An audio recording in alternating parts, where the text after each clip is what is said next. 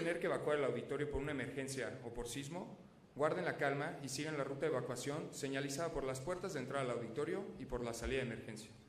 Favor de dirigirse hacia el punto de reunión, que es el Jardín de los Lobos. No corra, no grite y no empuje, y acate las instrucciones de los brigadistas. Les doy la más cordial bienvenida a este evento organizado por la Universidad Iberoamericana, que tiene como objetivo generar un espacio de diálogo entre el candidato a la presidencia de la República, Ricardo Anaya Cortés, y la comunidad universitaria.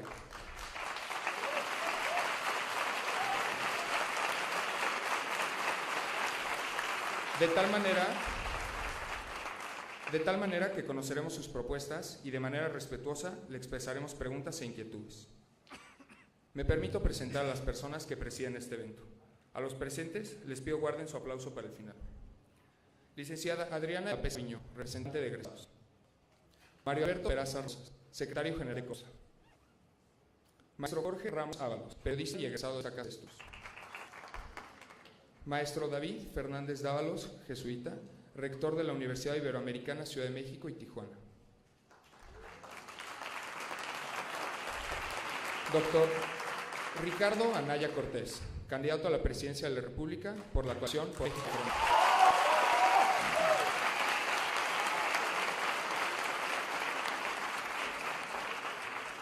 A continuación, quisiera recordar a los presentes que este es un foro democrático organizado por la Universidad Iberoamericana, con el propósito de escuchar, en un ambiente de diálogo respetuoso, a los diferentes candidatos a la presidencia de la República, en este caso, a Ricardo Anaya Cortés.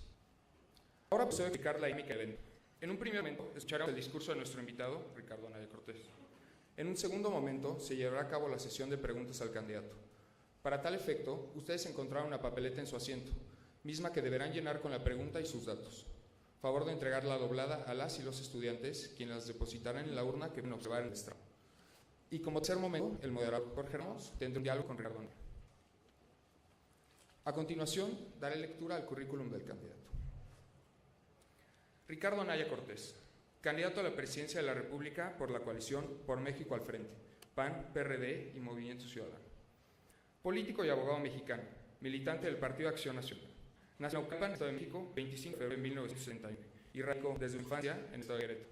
Estudió la licenciatura de Derecho en la Universidad Autónoma de Querétaro, una maestría en Derecho Fiscal en la Universidad de Valle de México y un doctorado en Ciencias Políticas y Sociales de la UNAM. Fue diputado federal plurinominal en la 62ª legislatura, 2012 a 2015, y diputado local plurinominal del Congreso del Estado de Querétaro en la 56ª. Quiero en primer lugar saludar con muchísimo gusto al padre, maestro, rector David Fernández, rector de la Ibero. Me da un gusto enorme saludar a un extraordinario periodista. Quiero también saludar a la maestra Adriana de la Pesa, representante de los egresados, y de manera muy especial a toda la comunidad estudiantil, a través de Mario Peraza, presidente de la Sociedad de Alumnos. Muchísimas gracias. Saludo a quienes hoy me acompañan. Tengo un cronómetro aquí y voy a respetar el tiempo, y por eso solamente me voy a referir a 3 personas que hoy me acompañan, que son de la comunidad Ibero. Quiero saludar de manera muy especial a Emilio Álvarez y Casa, que ha sido maestro de la Ibero, presidente de la Comisión de Derechos Humanos del entonces Distrito Federal, el único mexicano que ha sido secretario ejecutivo de la Comisión Interamericana de Derechos Humanos. Muchísimas gracias, estimado Emilio. Un referente en materia de derechos humanos en nuestro país y en el mundo. Quiero también saludar de manera muy especial a Rubén Aguilar, que es exalumno de la Ibero.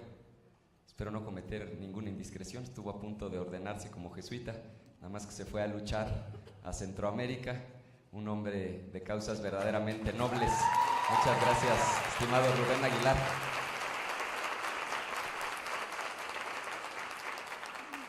Y al doctor Agustín Basabe, que como ustedes saben fue director de todos los posgrados de la Ibero, un hombre verdaderamente recto, de pensamiento profundo. Muchísimas gracias, estimado Agustín Basabe.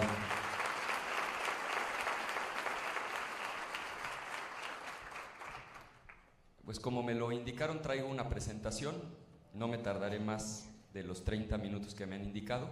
Procuraré que sea inclusive menos, para dejar más tiempo para las preguntas y para el diálogo con Jorge Ramos.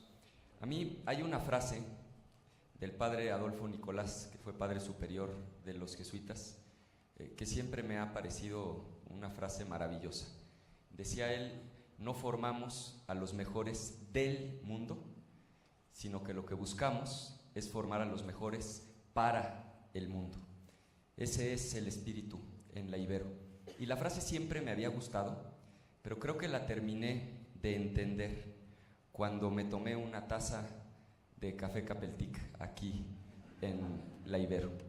Porque como ustedes saben, ese es un proyecto en donde, gracias a la comunidad ibero, en coordinación con campesinos indígenas del norte de Chiapas, se produce un café maravilloso, pero además se procesa, se empaca, es el que se consume aquí en la Ibero, e inclusive me decía Agustín Basabe, se está ya exportando a otras partes del mundo. Esa es la diferencia entre simplemente formar a los mejores del mundo y realmente formar a los mejores para el mundo. Una felicitación de veras a la Ibero y nuevamente un saludo al señor rector y gracias por esta oportunidad. Para mí estar hoy aquí es de veras algo muy importante, es uno de los días más especiales de este proceso electoral, porque creo que la Ibero, en el proceso electoral pasado, hace 6 años, dio una lección de dignidad y de esperanza a nuestro país. Y me da mucho gusto estar aquí, porque la Ibero es un verdadero referente. Este es el sistema universitario más grande de todo el mundo. Agradezco mucho la oportunidad. Y entrando en materia, estoy absolutamente convencido de que en México el régimen económico, político y social está agotado, por donde ustedes lo quieran ver. En materia de corrupción, es de veras de escándalo lo que está sucediendo en nuestro país. Más allá de la estridencia del discurso de un candidato, estas son cifras de Transparencia Internacional. Del último estudio, en materia de sobornos, México ya es último lugar entre todos los países de América Latina y el Caribe. En materia de desigualdad, de por sí vivimos en un mundo terriblemente desigual. ¿De cuántas son estas filas? 1, 2, 3, 4, 5, 6. Estas filas son de más o menos 10 personas. 6 filas son 60 personas. Si este grupito de aquí fueran las 60 personas más ricas de todo el mundo, estas 60 personas tienen la misma riqueza que 3.600 millones de personas que son las más pobres del planeta. De ese tamaño es hoy la desigualdad en el mundo. Y en ese mundo desigual, México ya es el país más desigual de todos los países de la OCDE.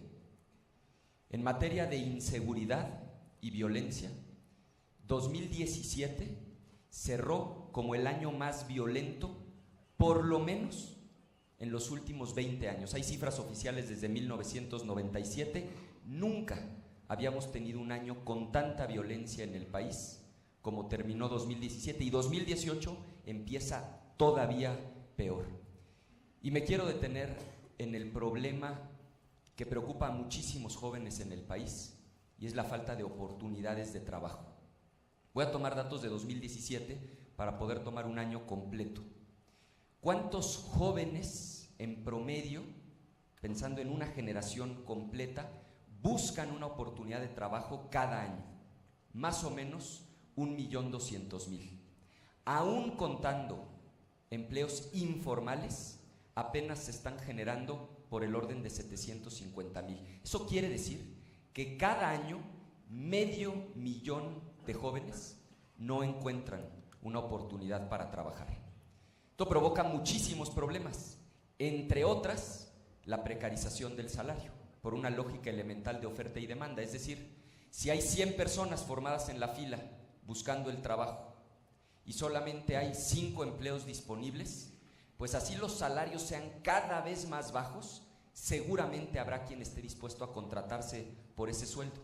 Vean lo que ha pasado solo en este sexenio. Los empleos bien pagados, entre comillas, de más de 2 salarios mínimos, se han venido desplomando. Y en cambio, los empleos que han crecido son empleos muy mal pagados, empleos de menos de 2 salarios mínimos. Nada más para que nos demos una idea de la magnitud del problema. Hoy en México, la mitad de la gente que tiene trabajo, ya no hablemos de quienes no tienen empleo, la mitad de la gente que en México tiene un empleo gana menos de 160 pesos al día.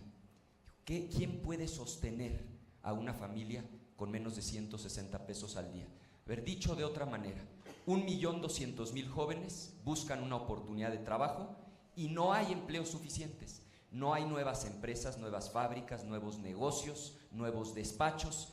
¿Qué pasa con todos los jóvenes que no encuentran trabajo? Pues primero, como ya lo decía, se contratan como pueden y por lo que pueden, y por eso los empleos se están precarizando y cada vez son más bajos los sueldos en nuestro país. O segundo, no están ni estudiando ni trabajando, lo cual además de ser una tragedia es una bomba de tiempo para el país.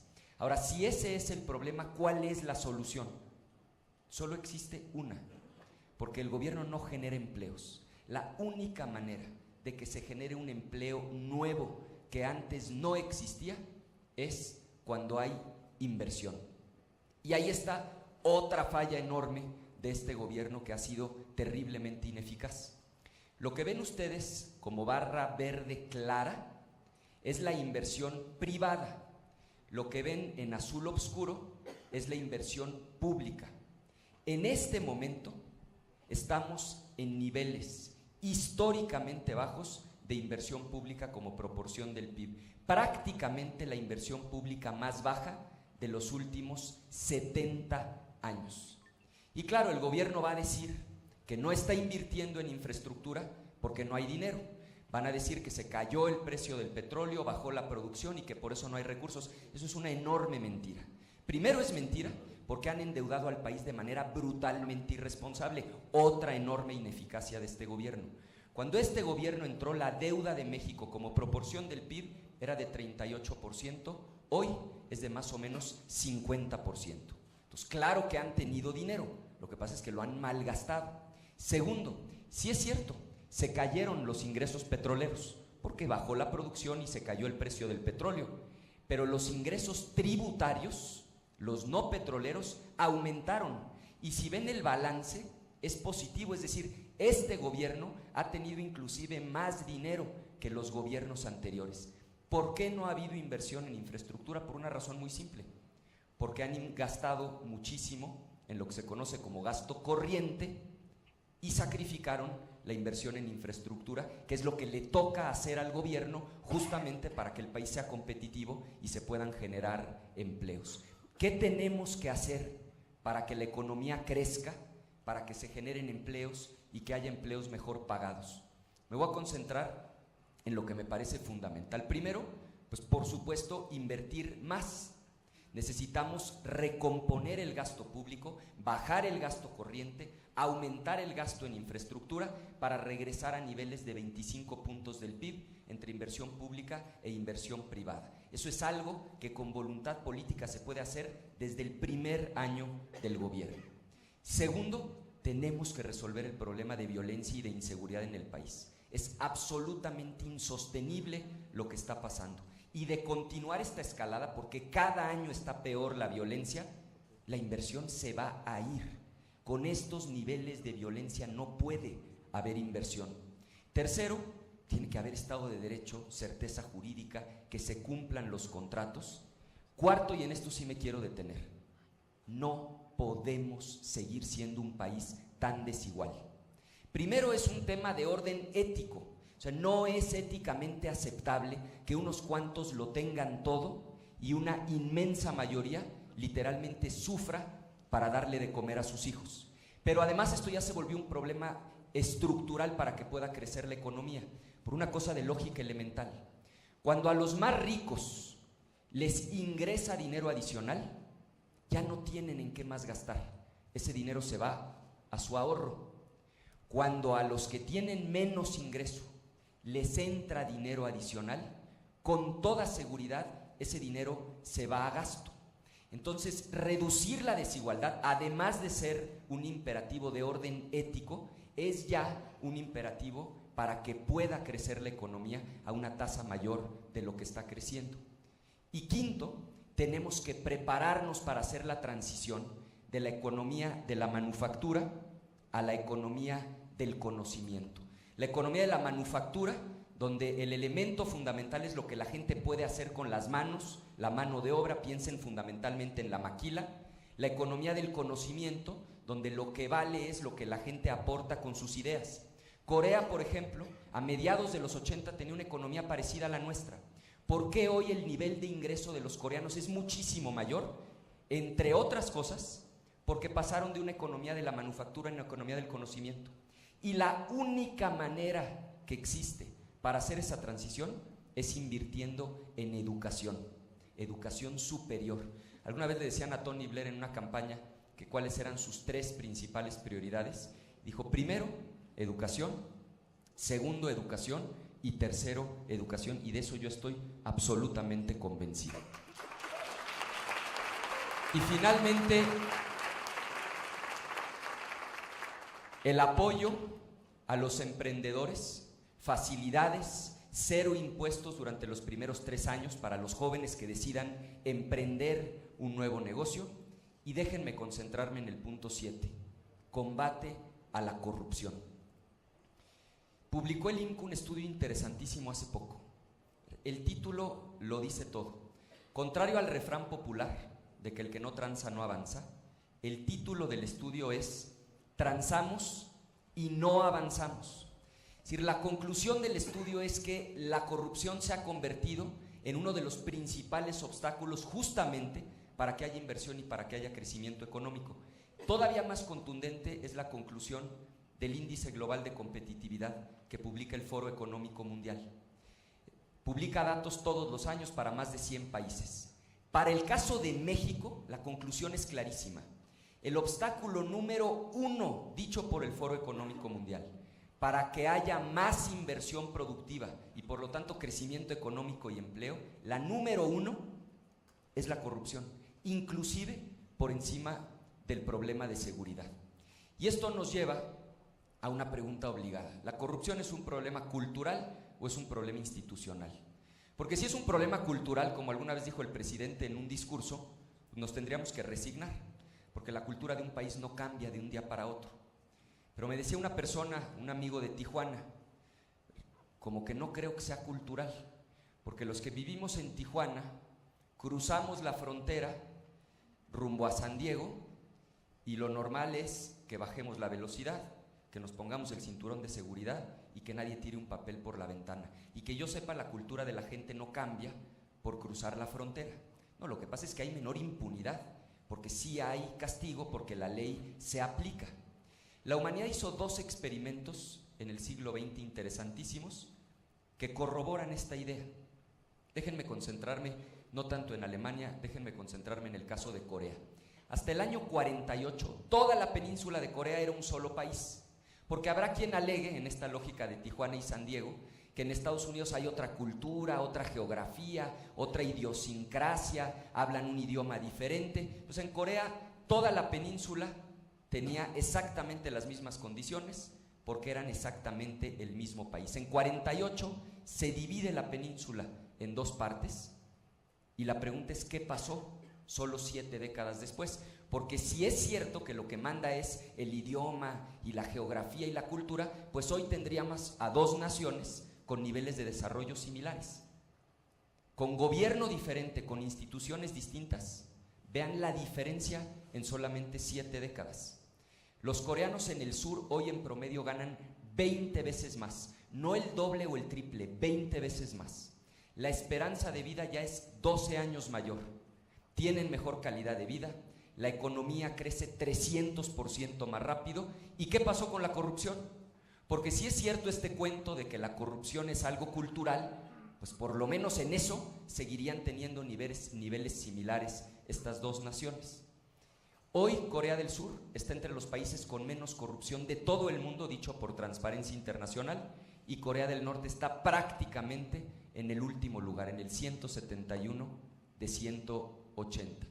Eso quiere decir que se requiere voluntad política, por supuesto que sí, pero que sí importan las instituciones y las leyes. Y eso quiere decir que no tenemos por qué resignarnos a seguir padeciendo gobiernos corruptos, y eso quiere decir que México sí se puede limpiar de corrupción y que México sí puede tener un gobierno honesto.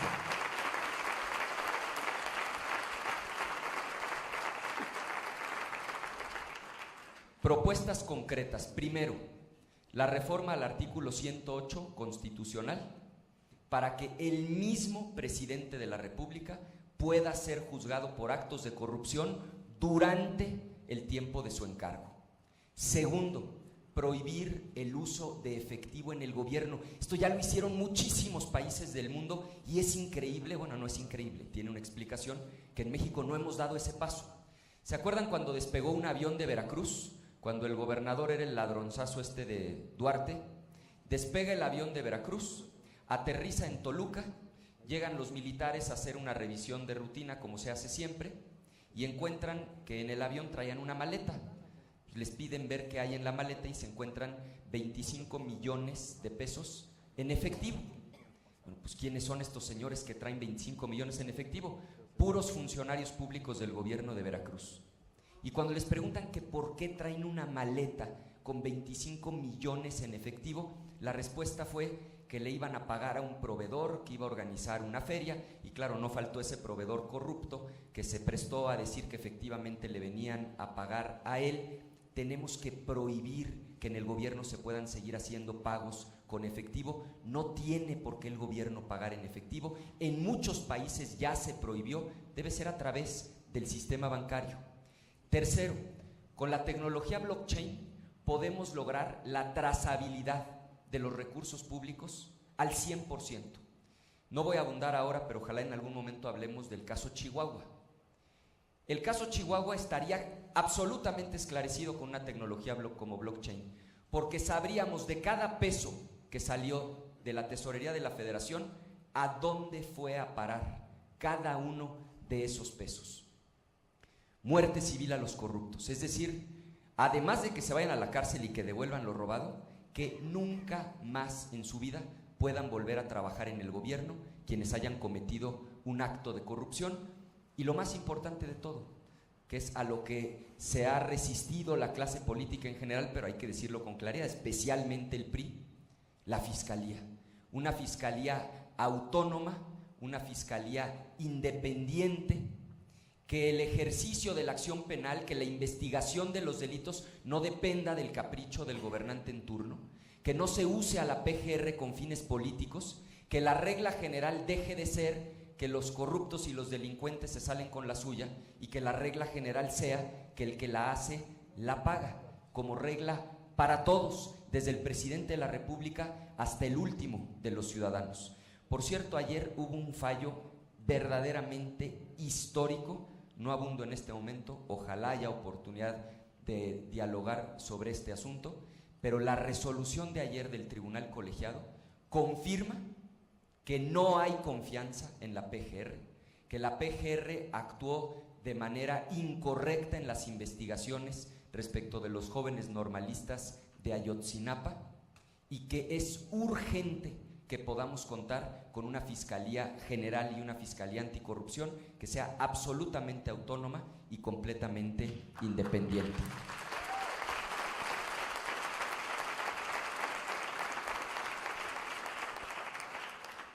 Una última reflexión. Nuestra generación, y me refiero a todos los que estamos aquí reunidos, pero particularmente a los más jóvenes, vamos a vivir el mayor número de cambios y de transformaciones y de disrupciones que jamás haya conocido la historia de la humanidad por la velocidad a la que hoy está avanzando la tecnología.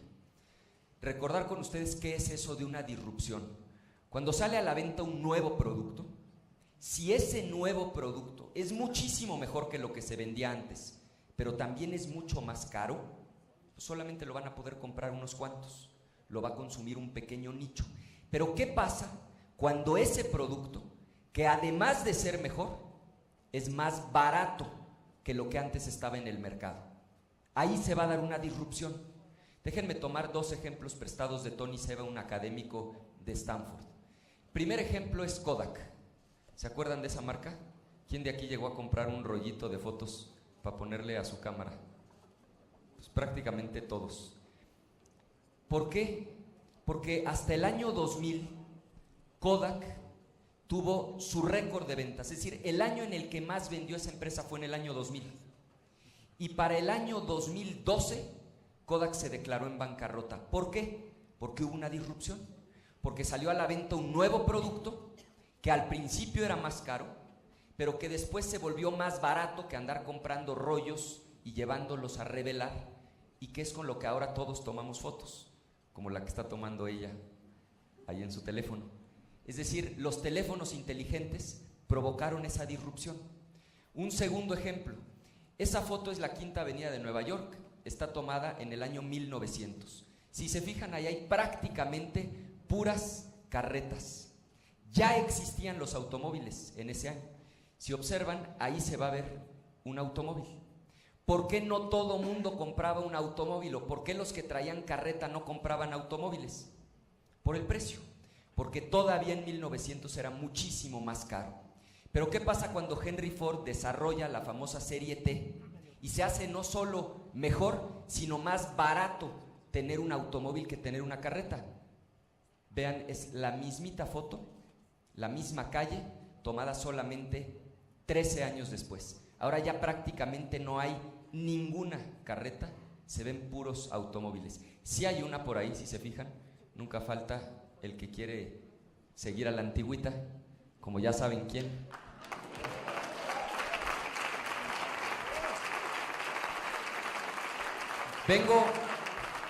Vengo en son de paz.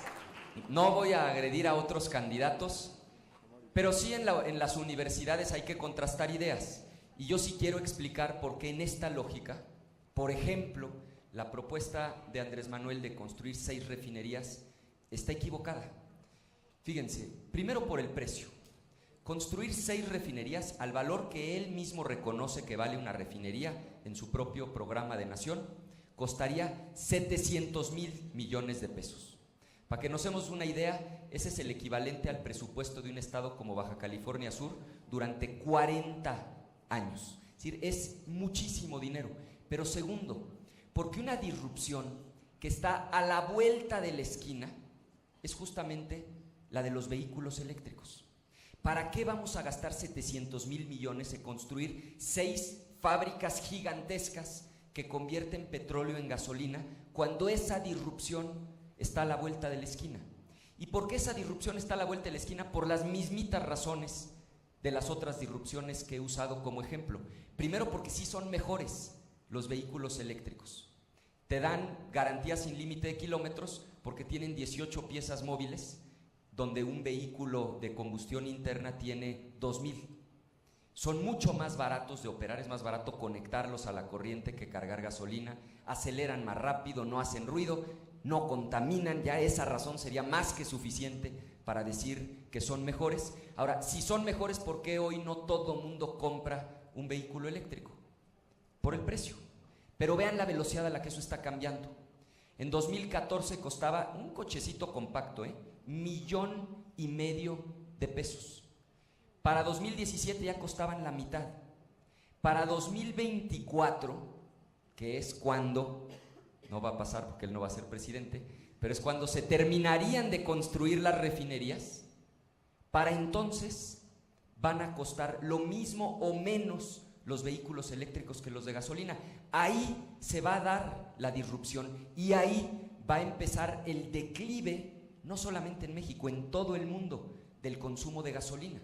Por eso sostengo que lo que tenemos que hacer es más bien apostar por las energías limpias, por las energías renovables. En lugar de pensar en construir 6 refinerías, vamos pensando en convertir a México en una potencia mundial de energías limpias. Fíjense, solo esa industria, la de los paneles solares, el año pasado en Estados Unidos generó empleos a una tasa 10 veces mayor de lo que se generaron los empleos en la economía en su conjunto. Termino subrayando los temas centrales de nuestra propuesta. Primero, combate a la corrupción. Segundo, combate a la pobreza y a la desigualdad. No es ético que haya 10 millones de personas en nuestro país en pobreza extrema. que no saben qué van a comer al día siguiente, y podemos, si tenemos voluntad, en un sexenio, se los aseguro, acabar con la pobreza extrema en nuestro país, acabar con la impunidad, que haya Estado de Derecho, recuperar la paz y la tranquilidad. Decía este hombre, y con esto finalizo, Albert Einstein, una de las mentes más brillantes en la historia de la humanidad, que la locura es hacer lo mismo una y otra vez y esperar resultados diferentes. Yo no quiero ser presidente de México para seguir con más de lo mismo, no quiero ser presidente de México para administrar la mediocridad. Yo quiero ser presidente de México para, con ustedes, con una nueva generación, construir un cambio profundo para nuestro país, darle a México un gobierno honesto y un gobierno de resultados en beneficio de la gente. Muchísimas gracias por la oportunidad.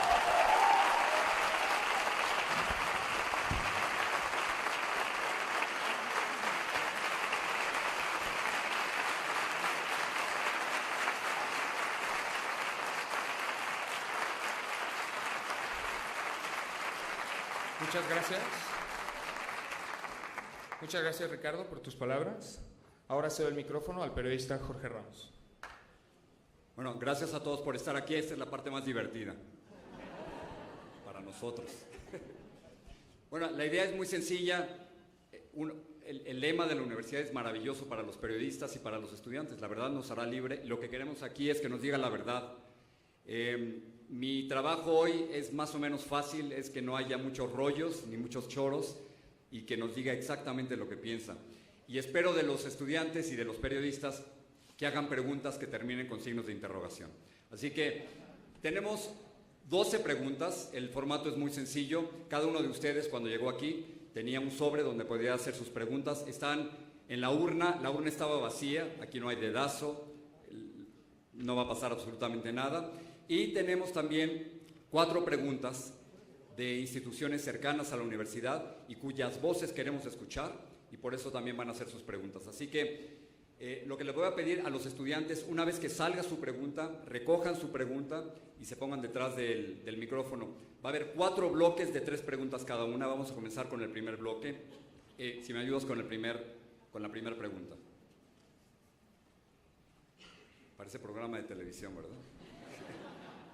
Bueno, la persona es Daniela Escarciaga, de Negocios Internacionales. ¿Dónde está Daniela? Ven, pasa aquí, Daniela. Recoges tu pregunta y detrás del micrófono me sacas la segunda también, por favor.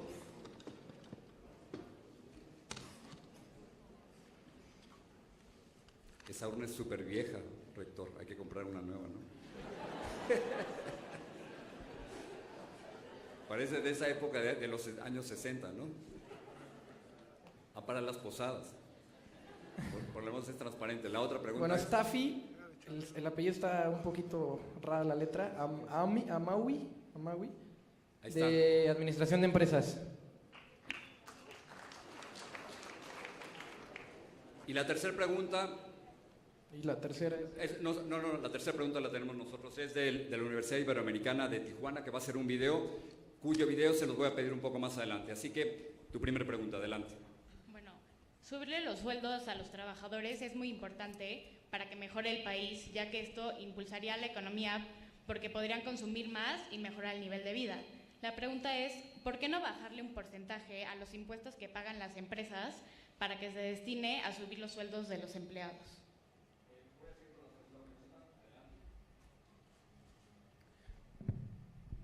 Buenos días, Ricardo. Antes que nada, muchas gracias por asistir. Es una experiencia muy enriquecedora tanto para los alumnos como para todos los que asistieron. Yo quiero hacerte una pregunta acerca de los futuros ingresos de México, porque como sabes, algunos de los principales ingresos son tanto las remesas como ya mencionaste, la exportación de petróleo. Entonces, como ya sabemos, el presidente Trump tiene una postura muy negativa hacia los mexicanos que residen en su país, por lo que las remesas parecen ser que dejarán de ser una fuente fundamental para México. Y por lo del petróleo, como ya comentaste, ya dejará de ser tan útil en el futuro. Entonces quiero saber económicamente cómo vas a hacer para que México no sufra de esas carencias de ingresos. y cómo los puede sustituir. Muchas gracias. Gracias. Y la tercera pregunta es de Tijuana, de la Universidad Iberoamericana de Tijuana. Vamos a escucharla y verla en el video. Adelante.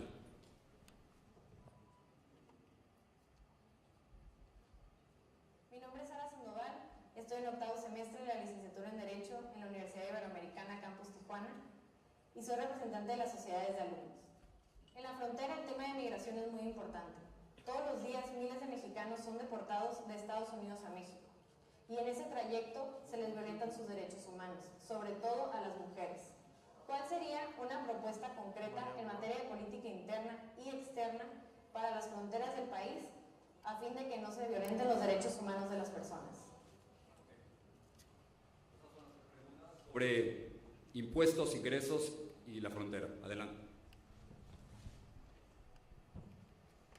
¿Cómo de qué tamaño quieres las respuestas? Como de un minuto. Sale. Un minuto cada una más o menos. No sé, con mucho gusto. Si quieres un poquito más, bien, y luego veremos qué piensan ellos. Con muchísimo gusto. A ver, la primera. Daniela, tienes toda la razón. ¿Dónde está Daniela? Sí, el tema de los salarios es un tema delicadísimo, del que se habla poco, porque al gobierno le encanta presumir cuántos empleos se generaron. Lo que no dicen es que se están generando empleos con los que la gente no tiene para comer. O sea, daba yo un dato muy concreto. La mitad de la gente que tiene trabajo gana menos de 2 salarios mínimos. Estamos hablando de gente que gana 160 pesos al día. Nada más imagínense un papá o una mamá manteniendo a una familia con 160 pesos al día. Propuestas muy concretas. La primera, que tiene que ver con una lógica fiscal, que es lo que tú decías, tiene que ver con reducir impuestos. Por ahí va exactamente una de nuestras propuestas. Hay más o menos 15 millones de personas en México que ganan mensualmente menos de 10,000 pesos.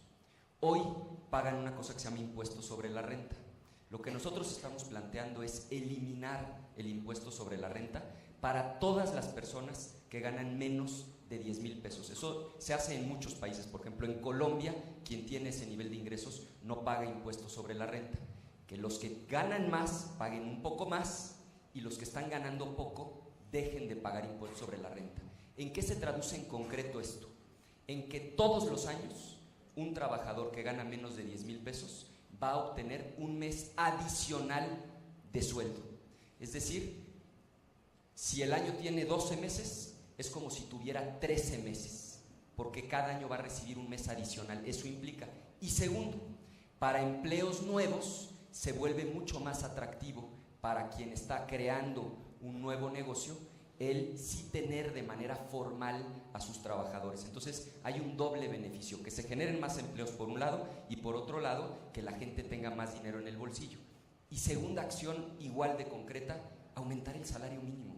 O sea, yo no estoy diciendo, porque no falta los que salen a desgarrarse las vestiduras y a decir, ¿cómo proponen aumentar el salario mínimo? Van a provocar inflación, van a aumentar los precios. Yo no estoy diciendo que lo comparemos con el salario mínimo de Estados Unidos o el de Alemania o el de Inglaterra. Comparemos el salario mínimo de México con el resto de los países de América Latina.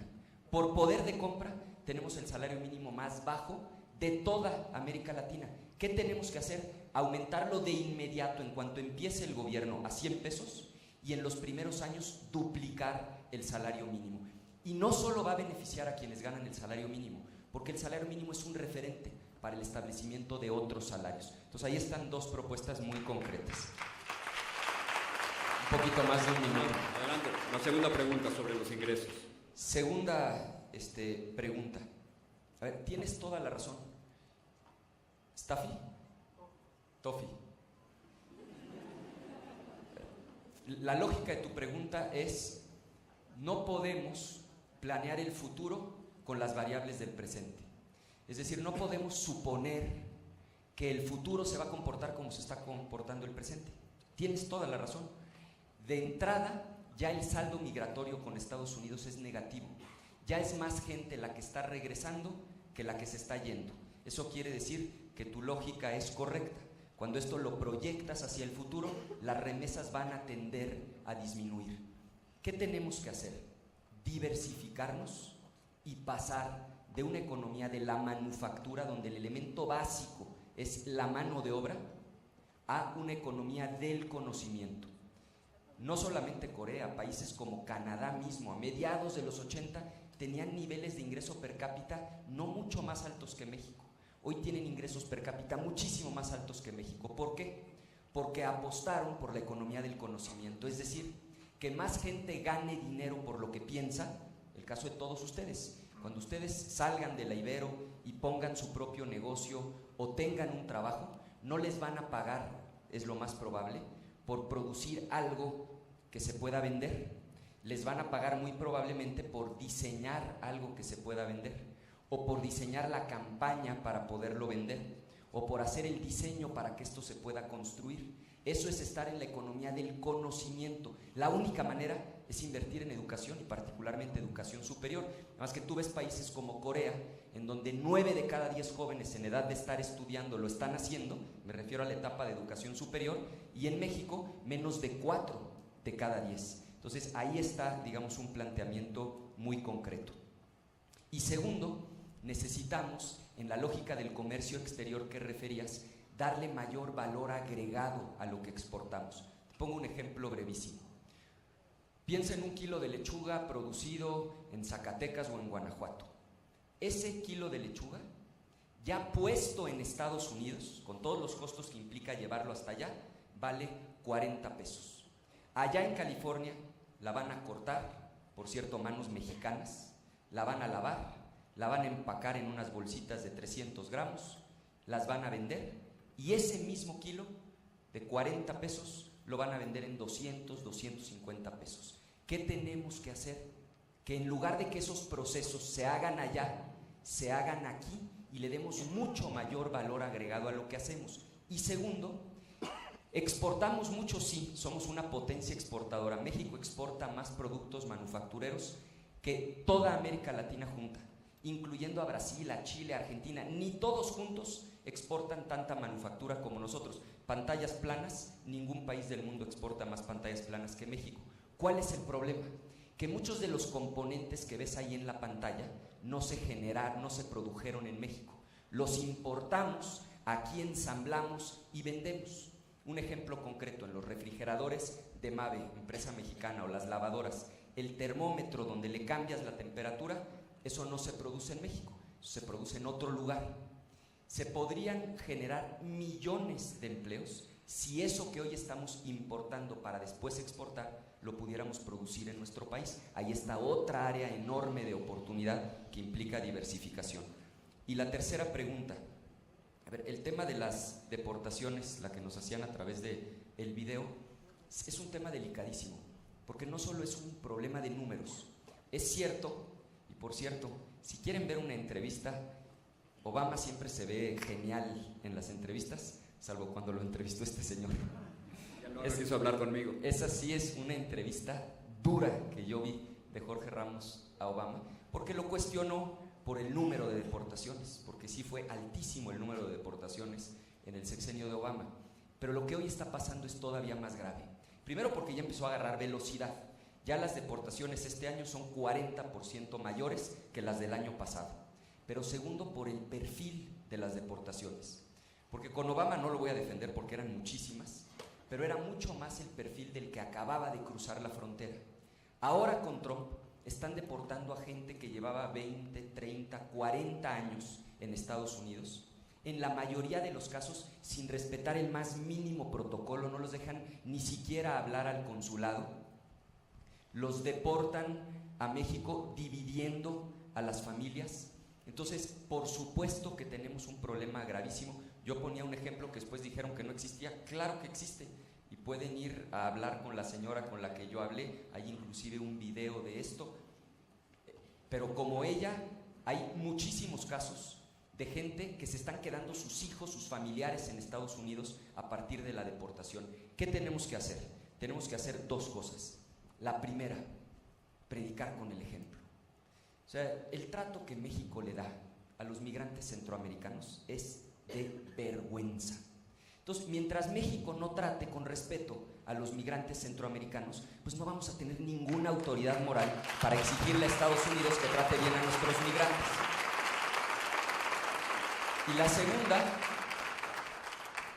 Y la segunda, tener un gobierno que sí se comporte con un mínimo de dignidad y que defiende el interés nacional. O sea, lo que hizo este gobierno priista, lo que hizo el presidente de la República, de recibir a Trump en Los Pinos.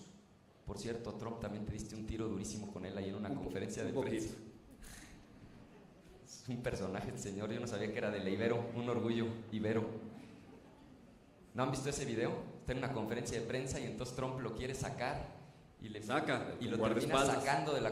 Le dice allá a sus guaruras, unos güerotes grandotes, y agarran a Ramos de los brazos y lo sacan de la conferencia de prensa porque le incomodó la pregunta a Donald Trump que le andaba haciendo Jorge Ramos. Bueno, pues a ese Trump que insulta a nuestros periodistas, que llevaba un año insultando, agrediendo, vejando a los mexicanos, diciéndonos criminales, asesinos, el gobierno mexicano tuvo la brillante idea de recibirlo en Los Pinos con una alfombra roja, como si se tratara de un jefe de Estado. Le hicieron campaña, porque Trump usó esas imágenes para uno de los últimos spots de su campaña en Estados Unidos. Y claro, estos señores creyeron que así se hacían amigos de Trump y que entonces Trump los iba a tratar muy bien, y provocaron exactamente lo contrario. Lo que provocaron fue que nos tomara la medida, porque violaron una ley elemental de vida. Si quieres que el de enfrente te respete, tienes que empezar por respetarte tú mismo. Entonces, por supuesto que en la renegociación con Estados Unidos, México, como ha dicho Jorge Castañeda, que aprovecho aquí para saludarlo, tiene que poner todo sobre la mesa, toda la cooperación bilateral. No es menor para Estados Unidos el que tengamos una frontera de 3,000 kilómetros con ellos.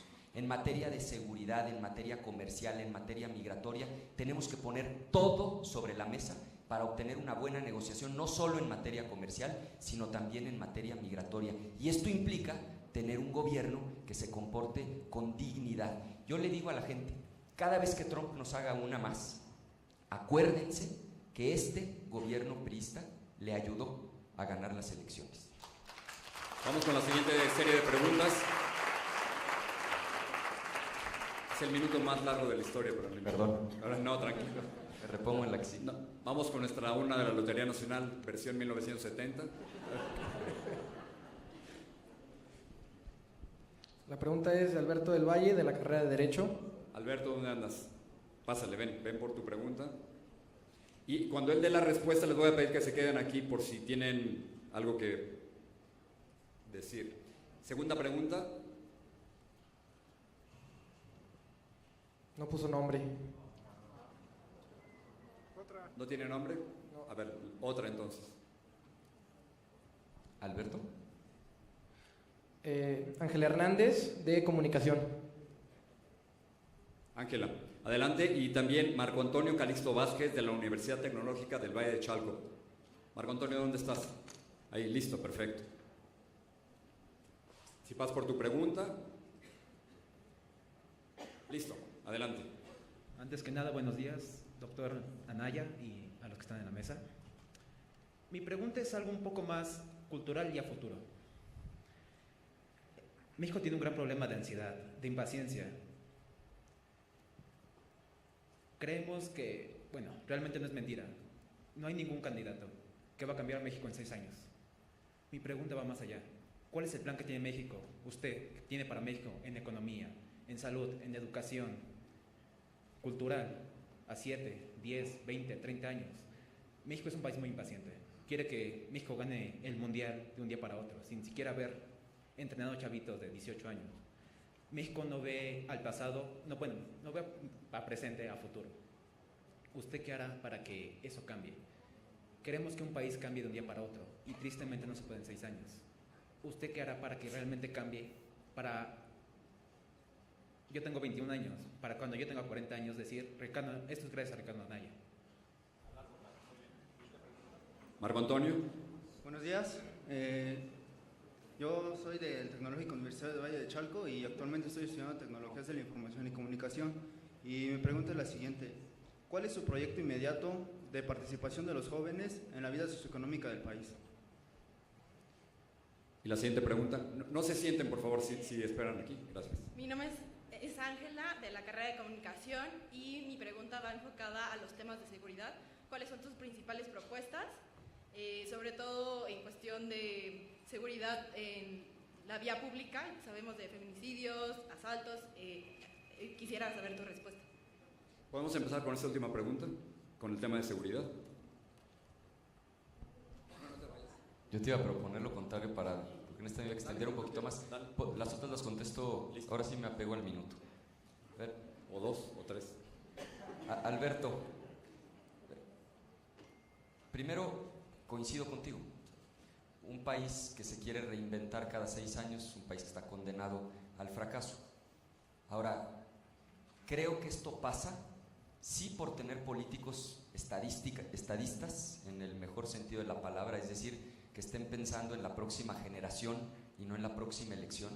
Pero segundo, pasa sobre todo por tener una sociedad civil fuerte, participativa, empoderada, que le exija a los gobiernos, independientemente del signo político y de la coyuntura electoral, que tengamos auténticos planes de largo plazo y una sociedad civil fuerte, académica, que exija. Segundo, Marco Antonio, yo no me imagino un país sin la participación de los jóvenes. Ese cuento de que los jóvenes somos el futuro, pues ¿cuál futuro? Los jóvenes somos el presente. También debo decirte que no creo en el relevo generacional. Es decir, no creo que llegue una generación a desplazar a otra. Creo que tenemos cosas distintas que aportar. El joven tiene muchísimo que aportar en términos de modernidad, de creatividad, de fuerza, de energía, de aplicación de las tecnologías, pero también la gente que ha vivido más tiene muchísimo que aportar en términos de experiencia, y yo creo en una mancuerna de esa naturaleza. Sí quiero tener el gobierno con más jóvenes en la historia de nuestro país, pero quiero también un gobierno acompañado de gente muy experimentada, y estoy convencido de que esa mancuerna nos puede llevar a dar buenos resultados. El tema de seguridad. Primero, no podemos seguir haciendo lo que estamos haciendo, porque las estrategias se juzgan por sus resultados. En los últimos 10 años se han triplicado los gastos en seguridad y la violencia es un absoluto desastre en el país. ¿Qué tenemos que hacer? Definitivamente cambiar la estrategia. 2 grandes ejes. 1, atender las causas más profundas, el tema de prevención. No me voy a alargar mucho porque en eso coincidimos todos. Implica promover en serio el deporte, la cultura, que haya prosperidad económica, que la gente tenga empleo y particularmente el tema de educación, que ningún joven se quede sin la oportunidad de estudiar por falta de recursos. Ese es atender, digamos, las causas más profundas. Segundo, enfrentar el problema con una nueva estrategia. Y aquí sí quiero hacer varias puntualizaciones. La primera, entender que esta lógica dictada en buena medida desde Estados Unidos, de andar nada más descabezando a los grupos criminales, no sirve absolutamente para nada. Y pongo un ejemplo concreto. Cuando se detuvo a Osiel Cárdenas, que era el líder del cártel del Golfo, detener a la cabeza no resolvió el problema, no desapareció la organización criminal, no disminuyó la violencia, no acabaron sus actividades delictivas. Lo que sí provocó el detener a la pura cabeza fue una enorme inestabilidad al interior de la organización criminal, y un grupo que era parte del cártel del Golfo, que eran los Zetas, se escinde, se separa e inicia una guerra brutalmente violenta entre el cártel del Golfo y los Zetas, y hasta la fecha, en buena medida, la violencia que tenemos en el noreste del país, señaladamente en Tamaulipas, tiene que ver con la disputa de la plaza entre el cártel del Golfo y los propios Zetas. ¿Qué diferencia, ponía yo el ejemplo hace unos días, con lo que sucedió en Italia el 9 de enero, cuando en un solo día, después de meses de trabajo de inteligencia, de mapear a toda la organización criminal, en un solo día se detiene a más de 100 personas, entre ellos 3 presidentes municipales, porque los políticos corruptos suelen estar coludidos, les incautan el equivalente a 1.100 millones de pesos, desmantelan la organización sin disparar una sola bala. Esa es la diferencia entre solo descabezar y verdaderamente desmantelar. Segundo, necesitamos policías fuertes y confiables civiles. Entender, por una lógica elemental, aquí los abogados que están presentes lo saben muy bien, Constitucionalmente, en el texto de la Constitución, al Ejército y a la Marina no les corresponde hacer labores de seguridad pública.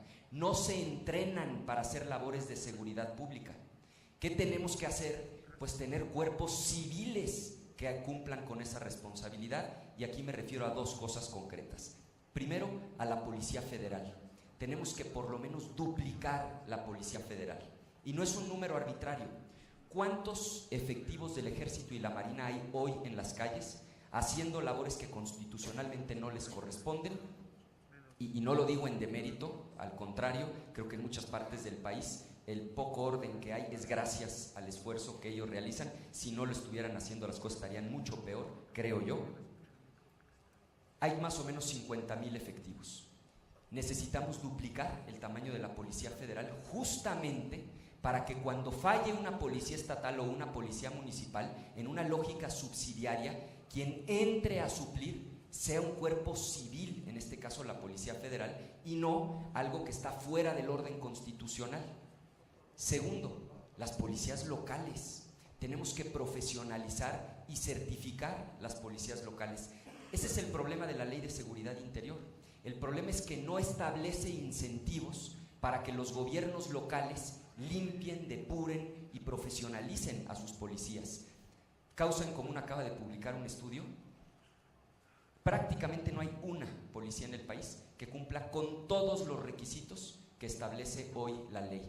Tercero, me parece fundamental detener que lleguen tantas armas a los delincuentes. Y otra vez esto pasa por replantear la relación bilateral con Estados Unidos. El razonamiento es muy simple. ¿De qué se muere la gente en Estados Unidos? De sobredosis. Cada año se están muriendo más o menos 60,000 personas por el abuso de drogas. Y ahí están los gringos exigiéndonos a nosotros que hagamos todo y a un costo brutalmente alto para evitar que les llegue la droga. ¿Y de qué se muere la gente acá? Aquí se están muriendo casi 30,000 personas al año por homicidios dolosos, la inmensa mayoría con arma de fuego. ¿Y de dónde vienen las armas? Las armas vienen de Estados Unidos. El 80% de las armas que en México se decomisan y que se logra identificar su origen vienen de Estados Unidos. Entonces, implica replantear la relación bilateral, porque ellos no están moviendo un dedo para evitar que las armas entren a nuestro país. Concluyo con esto porque ya me van a regañar. Entran más o menos 200,000 armas cada año de Estados Unidos a México. ¿Y sacarías el ejército de las calles? Ese es el destino, por supuesto, Jorge. Pero mira, yo estuve en Tamaulipas hace unos días. En este momento, retirar a la Marina de Tamaulipas es impensable, porque implica dejar a la gente a su suerte. Es decir, aquí no es el país en donde se va a la Marina y tienes una policía municipal y una policía estatal confiable, bien pagada, del lado de la gente. Que por ahora no. Pero por supuesto que se tiene que hacer. ¿Cuál es la ruta? La respuesta es sí, pero explico cuál es la ruta. La ruta es profesionalizar, certificar, pagarle bien a nuestras policías. Lo que es imperdonable, Jorge, es que esto se debió de haber empezado a hacer hace 10 años. Es decir, en el momento en el que sacas al ejército, haces un plan justamente para limpiar tus policías y poder después retirarlo. No se ha hecho nada, estamos prácticamente igual de como estábamos hace 10 años. Entonces va a tomar tiempo, pero por supuesto que esa es la ruta. La siguiente es, gracias por las preguntas. El siguiente bloque. ¿Me ayudan con la urna, por favor? Y también va a haber una pregunta de una de las estudiantes de la preparatoria del Ibero, Marta, Tiana y Piqué. ¿Dónde estás, Marta? Ahí, listo. No te asustes. Y 2 preguntas más. Marta. Mauricio Castro, de Diseño Interactivo. Mauricio. Y la siguiente pregunta. Sofía Ríos, de Mercadotecnia. Sofía. Listo. Marta, empieza tú. Bueno, soy Marta Tiana, de la estudiante de la Prepa Ibero, y mi pregunta es la siguiente. En dado caso de que MIT declinase por usted, ¿qué pasaría con los casos de corrupción como el Overdose, la gran estafa, el escándalo de algunos gobernadores, entre otros? Y si a usted le encontraran un caso de corrupción actual, ¿estaría dispuesto a renunciar como lo que pasó con Rajoy en España? caso contrario, que si lo de MIT sí declinase por usted, si usted tomaría responsabilidad sobre alguno de esos casos y estaría dispuesto a mandarle a la cárcel. A ver, no te vayas.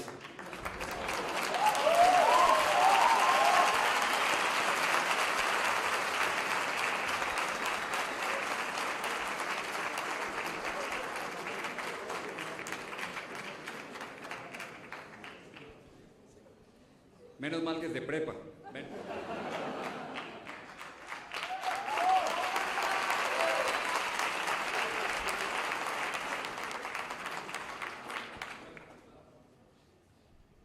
Sí. A ver, primero contesto con mucha claridad y después explico. Que si yo metería a la cárcel a los corruptos, o bueno, si yo haría todo lo que esté en las facultades de un presidente de la República para meter a la cárcel a los corruptos, la respuesta es absolutamente sí. Y ahorita explico por qué. Segundo, si yo estaría dispuesto a yo también ser juzgado, pues la respuesta es por supuesto que sí. Y por eso estoy proponiendo la reforma al artículo 108, para que el mismo presidente pueda ser juzgado por una fiscalía completamente autónoma e independiente si comete un acto de corrupción. Que si él declinaría, y en caso de que él decline, que si yo los juzgaría, déjame contestártelo de esta manera. Primero, yo no tengo ningún interés de que eso suceda, porque yo no quiero representar la continuidad de este gobierno. Yo quiero representar un cambio profundo. Y segundo, por supuesto que estos escándalos se tienen que investigar a fondo y se tiene que aplicar la ley. Miren, es una vergüenza. En el caso de Odebrecht, es una constructora brasileña que daba, digamos, sobornos a los gobiernos para que se le asignara obra pública. Nada más que esta constructora llegó al extremo de tener un departamento de sobornos con un presupuesto. Gastaban millones y millones de dólares para darle dinero a funcionarios públicos corruptos en todo el mundo durante las campañas o ya en el gobierno, a cambio de que después les asignaran obra pública. Entonces esta constructora, cuando sale el escándalo, declaran los dueños, los funcionarios principales de la constructora, de todos los países en donde dieron sobornos, donde ya dijeron cuánto dinero dieron, a quién se lo dieron. ¿Saben cuáles son los únicos 2 países en los que ha habido ninguna consecuencia? Venezuela y México. Eso es una vergüenza y por supuesto que eso se tiene que terminar. ¿Y cuál es la otra pregunta? ¿Qué faltaría? Pues ya era más que nada si estaría dispuesto, si ganara la presidencia, a renunciar si le encontrara caso de corrupción, que ya respondió. Lo de MIT. De ninguna manera, bajo ninguna circunstancia. No, claro que no. Y después del segundo debate. De ninguna manera. No, y por una razón muy simple, porque representamos exactamente lo contrario. Porque él representa la continuidad de este gobierno y yo aspiro a representar un cambio profundo completamente diferente.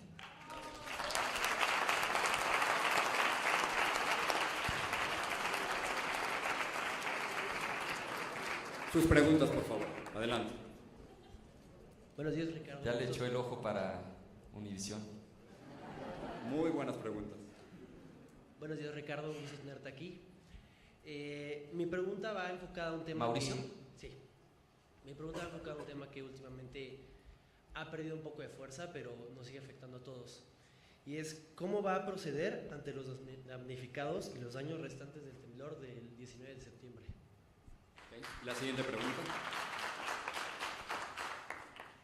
Bueno, hola, soy Sofía y mi pregunta es, ¿cuál es su posición frente a los aranceles que impuso Estados Unidos, que acaba de ser esta semana, del acero, y cuál sería su política en caso de imposición de nuevos aranceles por parte de Estados Unidos? 2 preguntas muy distintas. Adelante. Sobre la primera, yo estoy convencido que el tamaño de un país se mide por la atención que le da ese país a quienes están en situación de mayor vulnerabilidad. Y una de las circunstancias más vulnerables en la que puede estar una persona es, por ejemplo, quien pierde su casa, todas sus propiedades en una tragedia como un sismo. 2 cosas concretas. La primera, me parece que hay que revisar. Hay muchas sospechas de que recursos que debieron haber llegado a los damnificados han ido a parar al bolsillo de corruptos. Entonces, primera cosa concreta, toda la corrupción es imperdonable, pero más un recurso que tenía que haber llegado a un damnificado. Y segundo, pues un ejercicio serio de solidaridad, darle la mano a quienes están viviendo esa tragedia. Y yo siempre he dicho pues que una prioridad que no se refleja en el presupuesto pues es simple demagogia. Se necesita recurso público para apoyar a quienes están viviendo esa tragedia. Y sobre la segunda pregunta, el tema de los aranceles, creo que es una pregunta muy relevante. Primero, vale la pena entender la magnitud del problema. La economía de México, más de un tercio de toda nuestra economía depende de lo que exportamos. O sea, no es un pedacito más de la economía, es el 36%, más de una tercera parte. ¿A dónde exportamos? Ahí empieza el problema. Prácticamente todo a un solo país, que es Estados Unidos. El 80% de lo que exportamos va a Estados Unidos y el otro 20% se divide entre muchísimos países. Para que se den una idea, después de Estados Unidos, que es 80%, sigue Canadá con el 2 punto y fracción. Es decir, es por mucho la relación comercial más importante que tenemos. Entonces, el que el presidente de Estados Unidos, ningún país es tan delicado como para México, porque ningún país tiene una relación en esta proporción como lo acabo de explicar. ¿Qué tiene que hacer México? Primero, entender, y por cierto, voy a reconocer al autor de la frase, que en política, que es Agustín Basabe, de la Ibero, no se cometen errores, se comete un error y lo demás son consecuencias.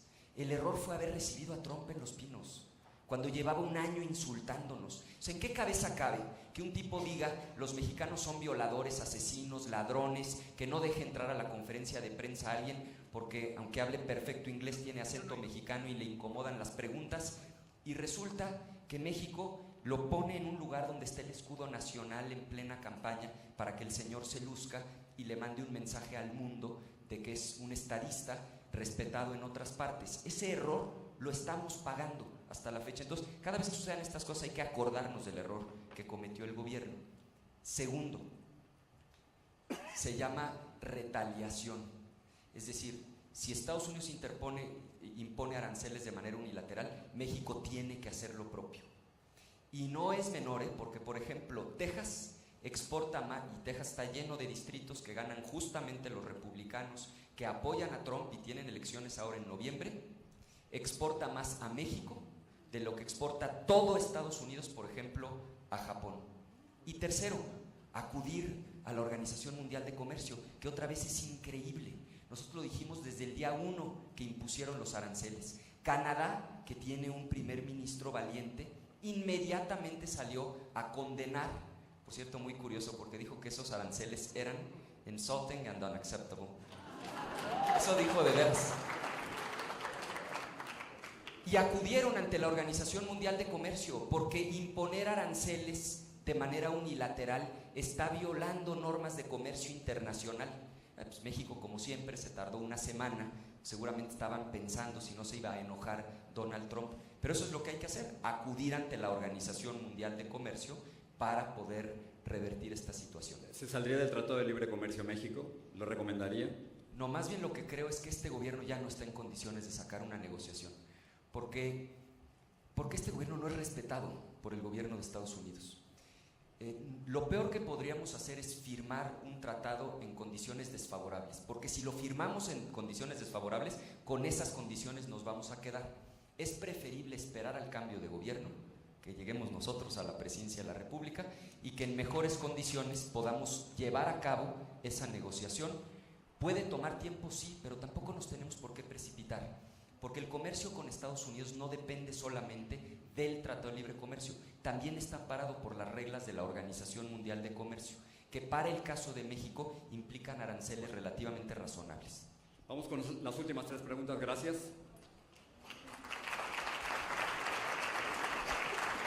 Aquí también va a hacer una pregunta Rodrigo Carrillo Valdés, del Centro Comunitario de Casa Meneses. ¿Dónde está Rodrigo? ¿Dónde andas?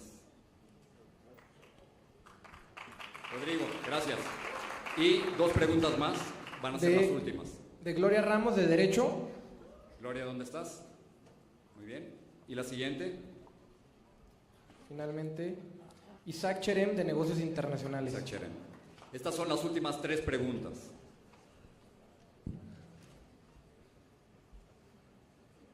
¿Cuántos años tienes, Rodrigo? Casi 16. Dale. Casi 16. Dale. No se hace 15.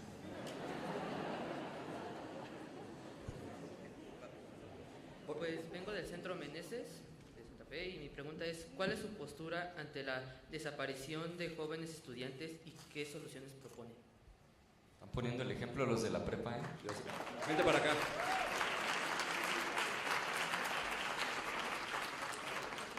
Vamos a esperar a que suba para que le conteste. Creo que este es un tema muy importante y me parece que es importante que esté aquí conmigo.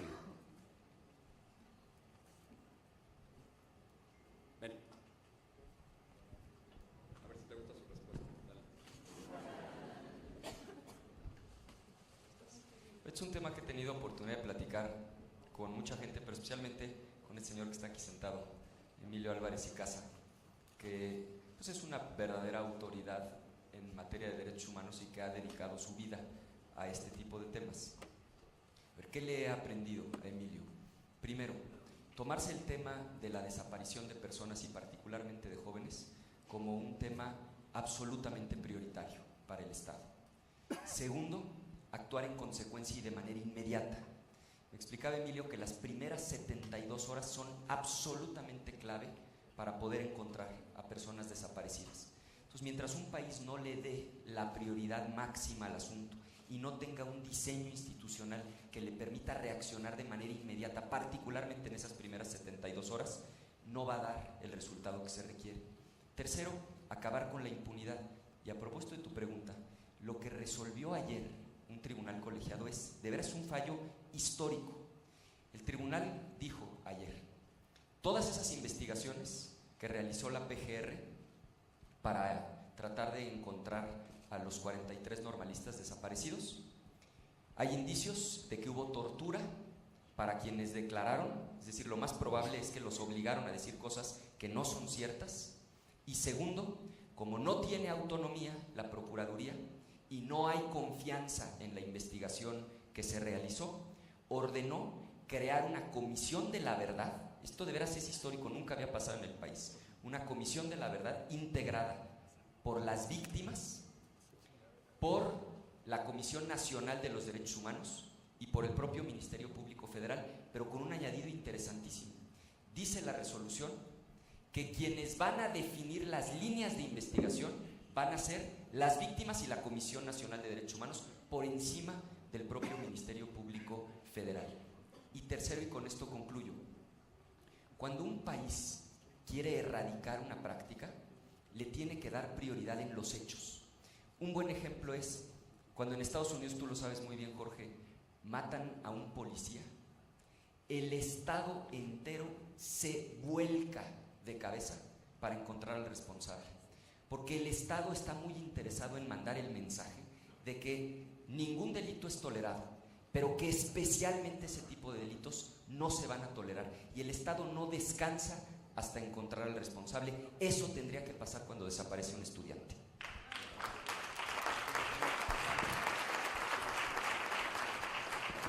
¿Se la prueba? Rodrigo.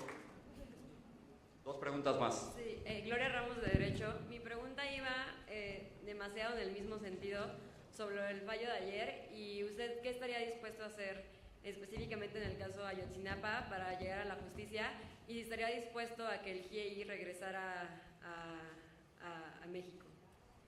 A ver, cosas muy concretas. Vamos a quedarnos con eso. Contento, ya se puso contento Emilio Álvarez y Casa. Primero, ¿cree usted que están vivos los estudiantes de Ayotzinapa? Yo espero que sí. Quiero creer que sí, tengo esperanza que sí, y creo que el Estado mexicano no debe de descansar hasta encontrarlos. ¿Usted aceptaría que viniera una comisión de Naciones Unidas a participar, como ha ocurrido, por ejemplo, en el caso de Guatemala? Absolutamente, yo sí creo en la asistencia internacional y sí creo en el GIEI. No. Y la respuesta es que haría justicia. A ver, pero no, a ver, justicia, eso es muy abstracto. No, por no repetir. Fue nada más por no repetir. No, sí, lo que no quería era repetir, es decir, Por supuesto que creo en la comisión independiente, sí creo en la asistencia internacional y creo que el Estado mexicano no puede descansar hasta encontrar a los normalistas, hasta esclarecer la verdad de los hechos, hacer justicia para ellos, para las víctimas y también en contra de los funcionarios públicos que hayan incurrido en omisiones o en acciones violatorias a la ley en esta investigación. ¿Pudo esto haber ocurrido sin que Peña Nieto supiera? ¿Qué cosa? ¿La desaparición? ¿O el ocultamiento del... No lo sé, no lo sé. Mira, yo no soy en lo absoluto un defensor de este régimen, me parece un régimen profundamente corrupto e ineficaz, pero tampoco podría yo especular de algo que no tengo idea. ¿Ocultó el gobierno de Peña Nieto la información sobre Ayotzinapa? No lo sé, de lo que sí estoy convencido es de que con el fallo de ayer se confirma que su régimen, no lo sé, pero de lo que sí estoy convencido, Jorge, es de que su régimen, y particularmente con el fallo de ayer está clarísimo que la PGR torturó gente para que dijeran cosas que no sucedieron y que lejos de ayudar a esclarecer la verdad, este gobierno fue un absoluto obstáculo para que ocurriera. Si el presidente estuvo enterado me parece gravísimo. Y la última pregunta. Isaac Cherem de Negocios Internacionales. Dijo usted que la educación es una de sus prioridades, pero ¿cómo arregla un sistema en el que los mismos maestros no quieren cambiar su sistema, en el cual siguen habiendo los hijos de los maestros son los mismos que reciben el trabajo y hay una mafia dentro del mismo sistema?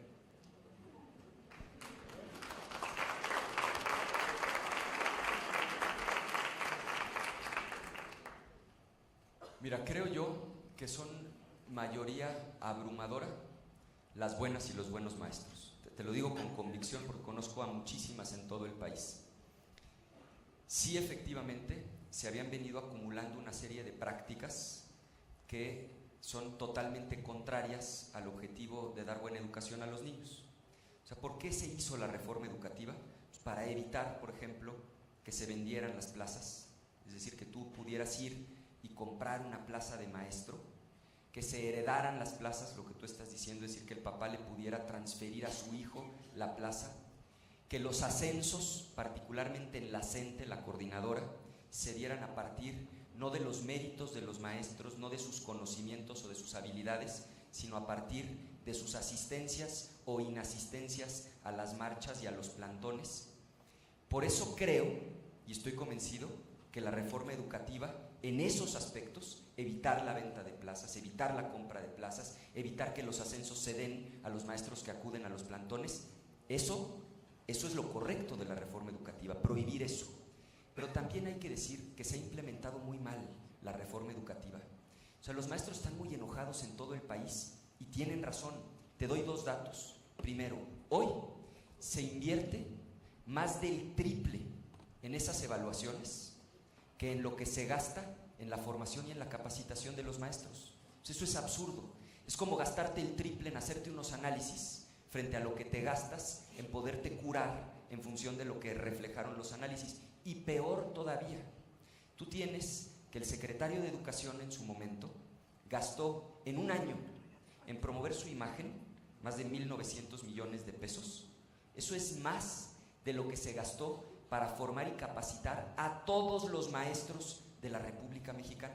Por eso yo sostengo que la reforma tiene cosas buenas, se ha implementado muy mal y que no es correcto estigmatizar a los maestros como si ellos fueran los culpables de todo lo malo que pasa. Sí hay unos líderes muy corruptos que forzan, que buscan, se dice fuerzan, ya me han corregido varias veces, que buscan que acudan a las marchas, a los plantones, en lugar de estar dando clases.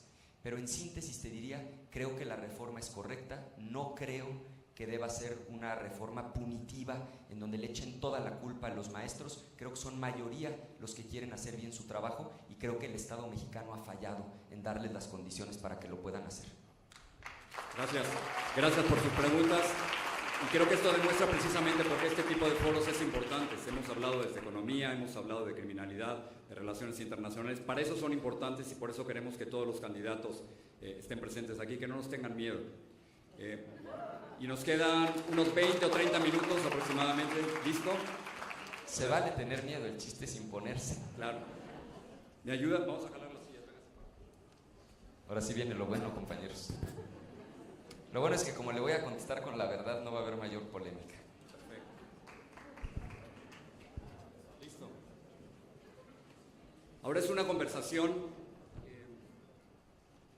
Tengo mis preguntas, supongo que tendrá sus respuestas. Y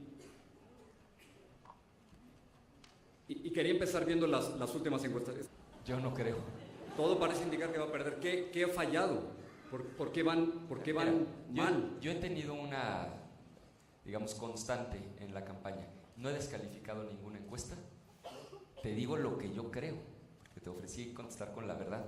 Yo estoy absolutamente convencido de que vamos a ganar la elección y de que vamos a lograr un cambio profundo para el país. Las encuestas están mal. Las encuestas Mira, no voy a descalificar ninguna porque nos vemos muy mal los políticos. Cuando sale una encuesta que te favorece y dices, bien, esta encuesta es la buena, y luego sale una encuesta que no te favorece y dices, en esta encuesta no creo. Yo no voy a caer en eso, no voy a descalificar ninguna encuesta, pero estoy absolutamente convencido de que vamos a ganar. Pero entonces sería el mismo panorama de lo que ocurrió en Brexit, por ejemplo, o en los Estados Unidos, que los encuestadores se están equivocando. Ese es el argumento. Están sucediendo varias cosas. Primero, hay una enorme contradicción entre las encuestas que se han publicado. Bueno, no, porque en todas va perdiendo usted. No en todas, no en todas. ¿En cuál no? No, a ver, nosotros tenemos, mira, Jorge, más allá de lo que se publica. No, es que eso sería noticia. ¿En cuál no va perdiendo? No, nosotros tenemos nuestras propias mediciones. Tú imagínate una campaña presidencial que no tenga mediciones propias. No lo entiendo, pero ¿en cuál va ganando usted? Lo he dicho en algunas nuestras. O sea, ¿sí va ganando en algunas? Y vamos a ganar, no tengo ninguna duda, te lo digo con honestidad. O sea, ¿usted tiene mediciones internas que indican que usted va a ganar? Sí. ¿Y las puede hacer públicas? Porque no sé a quién esté viendo aquí, pero ¿las pueden hacer públicas? Sí, claro que se puede hacer público, pero mira, no vamos a caer en la guerra de encuestas. Faltan 26 días para que la gente salga a votar. La gente va a votar en absoluta libertad. Un porcentaje altísimo de la gente no ha tomado su decisión. Por eso a mí me da mucho gusto venir a este tipo de foros, que no son mítines de gente que ya de antemano tomó su decisión. Voy a seguir convenciendo a la gente. Voy a trabajar todos los días con todas mis fuerzas por ganarme la confianza de los ciudadanos y estoy convencido de que voy a ganar. No piensa declinar. O sea, bajo ninguna circunstancia. Bajo ninguna circunstancia. Ninguna. Si le sigue yendo igual después del tercer debate, no va a declinar. Me va a ir muy bien. Falta una semana para el debate. Me va a ir muy bien en el debate. Muy bien. Usted ha tratado de presentarse como alguien antisistema, pero muchos no lo ven como antisistema, sino como parte del sistema. Déjame decirle lo siguiente. Felipe Calderón, su ex jefe, sí fue su ex jefe. Colaboré 9 meses en su gobierno, sí. Ok.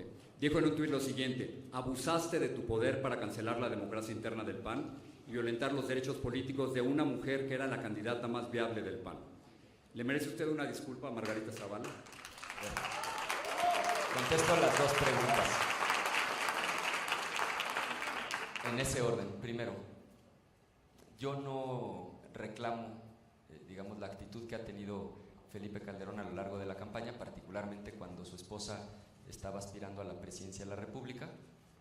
Si mi esposa fuera candidata a la presidencia de la República, la apoyaría yo con todo y muy probablemente también me atravesaría y metería el cuerpo pues con la fuerza que yo tuviera para tratar de ayudarle. Entonces, por ese lado, no lo juzgo ni lo tomo personal. Segundo, se lo he dicho a Margarita de frente. Por supuesto que, debo decirles con honestidad, he actuado de buena fe. Si yo en algo la ofendí, por supuesto que le pido una disculpa. Ella a mí me dijo que usted la sacó de la candidatura del PAN. Y he platicado con ella muchas veces, lo hemos hablado. Al final, Jorge, hubo una elección en donde se abrió durante 2 meses una convocatoria y en donde usted votaron. fue juez y parte. No, ya no. Para poder. Al principio. No. El PAN tiene un estatuto y las normas son muy claras. Y son normas, Jorge, que están escritas antes de la coyuntura. Y lo que la norma dice es: si tú eres dirigente y quieres ser candidato, te tienes que separar del cargo. Yo me separé del cargo, me inscribí y obtuve el voto mayoritario de los militantes del Partido Acción Nacional. Pero no quiero evadir la... Es que no me queda claro si está disculpándose o no con Margarita. Lo que pasa es que actué de buena fe, Jorge. Es decir... O sea, no se está disculpando. Te dije las dos cosas. Dije, exacto, actué o sea, de buena si fe. se disculpa o no se disculpa. Se lo he dicho, si yo en algo la ofendí, por supuesto que le pido una disculpa. No lo hice con ninguna mala intención en ningún momento. Usted está tratando de presentarse como alguien fuera del sistema. Sin embargo, usted fue, como lo dijo, subsecretario de Planeación Turística del gobierno de Felipe Calderón, ¿correcto? Correcto. Ok. Y durante... ¿Y eso qué? ¿Eso está mal? En un sexenio donde hubo 104.089 muertos, yo no recuerdo que usted haya salido a decir eso que está haciendo el presidente, que es mi jefe, está mal. No lo veo como antisistema. Cuando murieron 49 niños en la guardería ABC, yo no recuerdo que usted haya salido a decir eso está mal y que se haya puesto del lado de las víctimas y no del gobierno. Sí, me lo dijiste en marzo. Entonces, ¿cómo se puede presentar como antisistema cuando aparentemente estuvo con el sistema? Sí, me lo dijiste en la entrevista de marzo y te lo contesto como lo dije en ese momento, Jorge. Yo estoy convencido de que México necesita un cambio profundo, que las cosas son absolutamente insostenibles por donde las quieras ver, que este gobierno ha sido profundamente corrupto, profundamente ineficaz, que esa estrategia de combate al crimen organizado ha sido un enorme fracaso, a juzgar por las cifras, por los hechos. Más allá del término antisistema, estoy absolutamente convencido de que México necesita un cambio profundo. Yo estoy luchando por lograrlo. Y creo que esta elección se trata fundamentalmente de contestar dos preguntas. La primera es continuidad o cambio. Quienes quieran seguir con lo que hoy está pasando, pues tienen al candidato del PRI. Pero usted no es continuidad. No, de ninguna manera. Y hay distintas alternativas de cambio. Pero trabajó con Calderón, eso es continuidad. No, pero a ver, Jorge, pongamos las cosas en contexto. Pactó con el presidente Peña Nieto, ¿no es eso continuidad? De ninguna manera, yo no pacté nada con él. Y ¿usted apoyó las reformas del presidente Peña Nieto? Por supuesto que sí. Voté a favor. Hay fotografías de usted aplaudiendo a Peña Nieto. A ver, ¿por qué no me dejas contestar las dos cosas? Primero, les dije que esta era la parte buena del show. No, pero déjame es un intercambio. Nada más vamos contestándolas por partes. A ver, la primera. Yo voto a favor de lo que creo que es bueno para el país y voto en contra de lo que creo que es malo para el país. Y vamos haciendo tantita memoria. Porque en el caso, por ejemplo, de la reforma fiscal, nosotros fuimos los que votamos en contra y nos opusimos porque estábamos convencidos de que eso iba a impedir el crecimiento económico. Segundo, en el caso de otras reformas, por ejemplo la educativa, si nosotros no las hubiéramos impulsado, no hubieran sucedido. Si ahora dicen que es su reforma, no, lo que es suyo es una implementación mediocre y equivocada, porque quienes no querían al final evitar el tema de la venta de plazas, de la herencia de plazas, los que no se querían bronquear con este grupo de la CENTE estableciendo el tema de los ascensos eran ellos. A mí no me lo cuentan, Jorge, porque yo estaba ahí en el pleno cuando lo estábamos discutiendo y la querían descafeinar, pero es que no es la de reforma él. energética, la reforma de telecomunicaciones. Y gracias a la reforma de telecomunicaciones, revisen cuánto pagan hoy de celular y lo que pagaban antes. Es que no son reformas de él. O sea que fue aliado también del presidente Peña Nieto. De México, Jorge. No lo puede aceptar. De México. Son cosas que se venían postergando por décadas. ¿Quién no quiere pagar menos de celular? Que haya más competencia. O sea que en ciertas cosas sí fue aliado de Peña Nieto. De él no, del país, de México. Hablando sobre estas alianzas, a ver, mi argumento es este. Usted se está tratando, la última entrevista que tuvimos, usted se trató de, me dijo que se identificaba como un rebelde. Pregunta expresa tuya. ¿Y usted se considera un rebelde? ¿Contra este sistema? Claro que sí. Ok, bueno. Pero en noviembre del 2015, en una asamblea del PAN, usted le dijo a Calderón, lo extrañamos, presidente.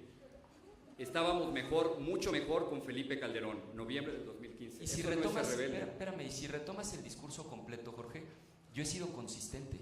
Siempre he dicho que en materia económica, yo me acuerdo de ese discurso porque yo no leo discursos ajenos, yo escribo mis propios discursos y me hago cargo de lo que digo. Lo que yo dije ese día, entre otras cosas, es que la economía en 2012 estaba creciendo al doble de lo que estaba creciendo en ese momento. Por supuesto que en muchas cosas estábamos lo extrañamos, presidente. Oye, es un expresidente en una asamblea nacional del PAN. Mira, decía Octavio presidente Paz, que tuvo 104,000 muertos. Pero yo no estaba hablando de eso, Jorge. Dice Octavio Paz que para que un juicio sea válido, para que cualquier juicio sea válido, se tiene que poner en el contexto en el que ocurrió. Octavio Paz. Entonces, el que yo en una Asamblea Nacional, en referencia, es más, en el último debate presidencial, que ni siquiera me tengo que ir al 2015, en el último debate presidencial, en el primero, dije que así como consideraba que en materia de seguridad la estrategia había fracasado y no la compartía, también dije que en materia económica estábamos mejor y estábamos creciendo al doble. Soy consistente con mis posiciones. Claro, aquí es extrañar un presidente de nuevo que tuvo 104,000 muertes, entiendo o tu estar punto, aliado con un presidente tu punto, como Peña Nieto que va a ser... extraño la violencia. No quiero violencia para el país, no creo en esa estrategia y no soy aliado de Peña Nieto. A ver, hablando de Peña Nieto, va a ser el sexenio más sangriento en la historia moderna de México. Sí, más que el anterior. En la última entrevista que tuvimos, usted me dijo que, lo voy a citar, cuando yo le pregunté si metería, primero, si el caso de la Casa Blanca era un caso de corrupción. ¿Usted cree que es un caso de corrupción? Creo que sí. Del presidente y de su esposa. Sí, te dije que sí en marzo. Ok. Y lo sigo creyendo. Y cuando yo le pregunté si metería en la cárcel a Peña Nieto, usted me dijo, y cito, por supuesto que sí. Y lo sigo sosteniendo. Okay. Y ahorita lo explico. Eso fue en marzo, pero luego en abril aparentemente se echó para atrás y dijo, yo estoy absolutamente abierto a construir con quienes haya que construir para ganar esta elección, sugiriendo de nuevo una alianza con Peña Nieto. No, con él. O lo mete a la cárcel con él no. o se va de cuates a cenar con él. A ver, que quede clarísimo, con él no. Una cosa es que yo diga que estoy dispuesto a construir con quien haya que construir para... O sea que no era una alianza, una alianza con el presidente Peña Nieto. No, bajo ninguna circunstancia, claro que no. Y por una razón de lógica elemental, porque quiero un cambio para el país, porque no quiero representar la continuidad de este régimen. Y segundo, a ver, también me han dicho que sueno autoritario diciendo que yo voy a meter a la cárcel.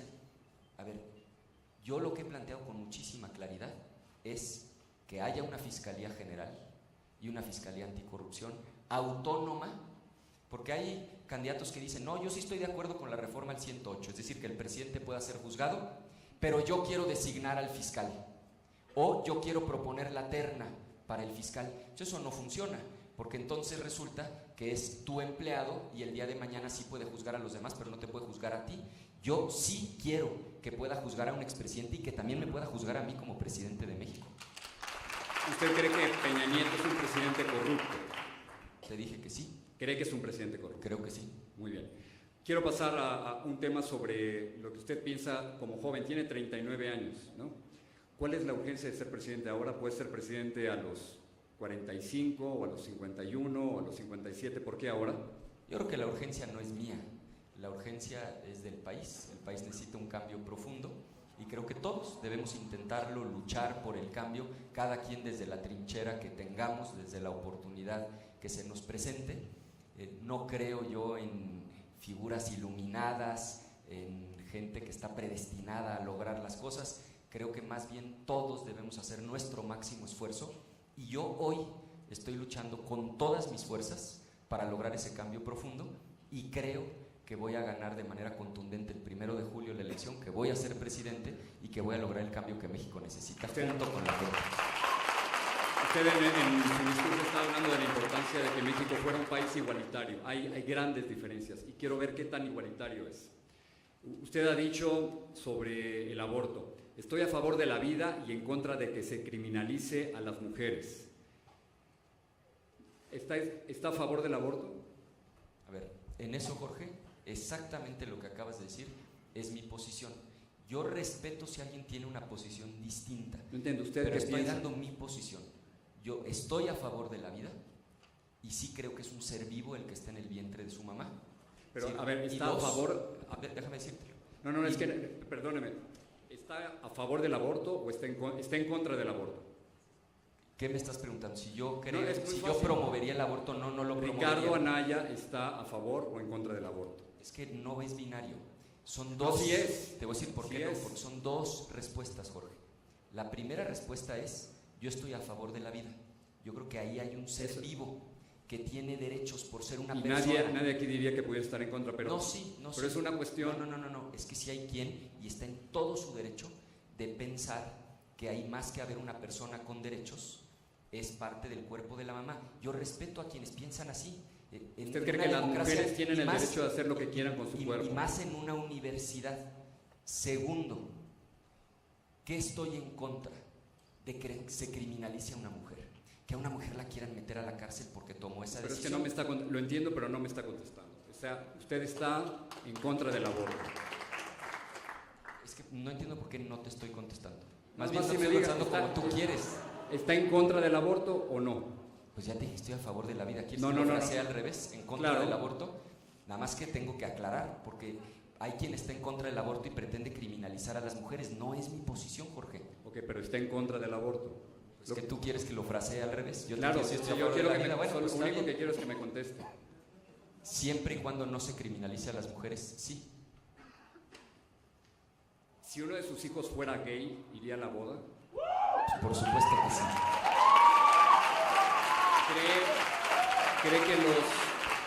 ¿Cree en el matrimonio entre personas del mismo sexo? Sí, creo en la libertad. Me parece un valor superior. Creo que México es un país de libertades. Y creo además de creer en la libertad, creo que debemos rechazar cualquier forma de discriminación. Y tercero, soy abogado y ese asunto ya lo resolvió la Suprema Corte de Justicia de la Nación. Entonces, independientemente de las creencias de cada quien, ese es un asunto que ya está resuelto en nuestro país y las resoluciones de la Corte se deben de acatar. Sobre el tema de la legalización de la marihuana, ¿está a favor? A ver, para uso medicinal absolutamente sí, y me parece inclusive increíble que México se haya tardado tanto tiempo en que la marihuana fuera legal para usos medicinales. Por cierto, solo para uso medicinal. Allá voy. Ahora, para uso recreativo, tengo mis reservas y voy a explicar por qué. Y adelanto, por un tema de salud pública. A ver, déjame estructurarlo de esta manera. Primero doy la respuesta para no evadir, pero sí son varios puntos que me parecen importantes. El modelo prohibicionista punitivo ha sido un absoluto fracaso en el mundo y los datos están a la vista. Es decir, el consumo ha seguido aumentando y no me refiero a la marihuana, me refiero a las drogas en general, y la violencia no se diga. Ha habido muchísima violencia por esta circunstancia. ¿Qué creo yo? Que a pesar de que en muchísimas cosas discrepo de los gringos, creo que en este punto el método que ellos han seguido es el correcto. Abrir debate y después votar. Hay cosas que no se deben someter a consulta, particularmente los derechos de una minoría, pues no se someten a consulta, porque si no, pues la mayoría siempre va a aplastar a la minoría. Pero este tipo de cosas sí se deben someter a consulta. ¿Qué cree usted? ¿Que se tiene que legalizar? No, yo lo que creo es, para uso medicinal sí, para uso recreativo tengo mis reservas y propongo un método para cuando yo sea presidente.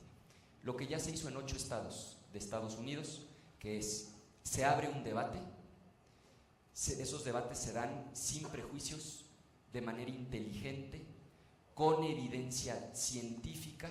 Habrá quien crea que va a provocar un problema de salud pública, habrá quien crea que no, veamos la evidencia.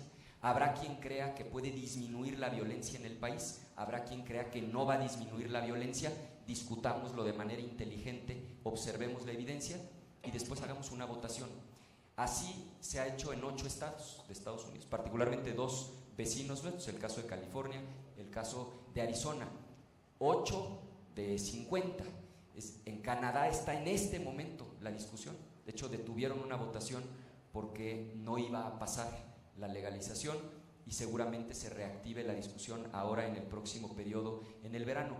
Yo creo que esa es la ruta. Entonces, sí al uso medicinal y en el caso recreativo, abramos un debate nacional que se dé en las universidades, como ocurrió en California, como ocurrió en Arizona, y después de un debate inteligente, hagamos una votación y que la mayoría decida. Me quedan 10 minutos. La última vez que usted y yo hablamos, me dijo, yo sí defiendo al ejército mexicano. Sin embargo, desde el 2006 al 2016, la Comisión Nacional de Derechos Humanos ha recibido... ¿Quiere agua?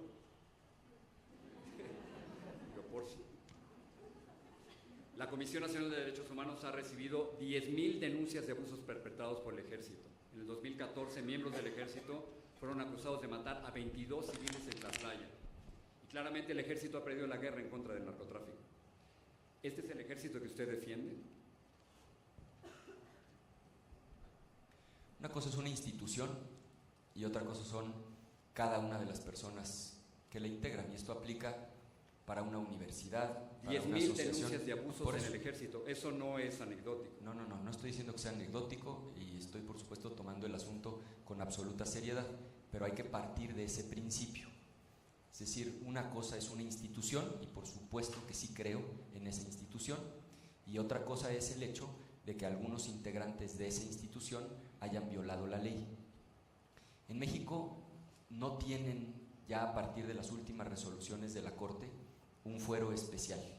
Es decir, en México ya está resuelto que quien comete un delito, no importa si es civil o es militar, tiene que enfrentar la justicia civil, es decir, a la justicia a la que nos tendríamos que enfrentar todos. Entonces, yo te lo reitero, por supuesto que sí creo en la institución, y creo que son instituciones que hacen muchísimo por el país. Y piensa en los desastres naturales. Yo ahí no veo a esas 10.000 personas, veo más bien a quienes están ayudando a la gente que está en absoluta desgracia. Y date una vuelta a Veracruz, a Tamaulipas, un buen tiempo antes de que pudieran tener una mejor policía en Nuevo León, cuando las policías municipales y las estatales quedaron completamente cooptadas por el crimen organizado, cuando los policías estaban literalmente del lado de los criminales, quien estuvo ahí para darle tranquilidad a las familias fueron integrantes del Ejército y de la Marina. Entonces, creo en la institución, sí. Ahora, que tenga derecho a impunidad una persona por ser parte de una institución o por tener un cargo público, así sea de la más alta jerarquía, por supuesto que no. Ya que no quería hablar de López Obrador, déjeme preguntarle de López Obrador. En el último debate, López Obrador dijo de usted: Anaya es un demagogo, un canallita. Estaba enojado. Voy a cuidar mi cartera. Estaba enojado. Acabas de decir que escribiste un libro, ¿sabes cómo se llama tu libro? Las mentiras de Anaya, mentiroso, farsante. Y luego, Riquín, canallín. Hasta memes hubo de eso. Pues mira, en el debate no pudo dar su respuesta, le estoy pidiendo su respuesta ahora. A mí me da, de veras, un poco de pena ajena el que alguien que aspira a ser presidente de México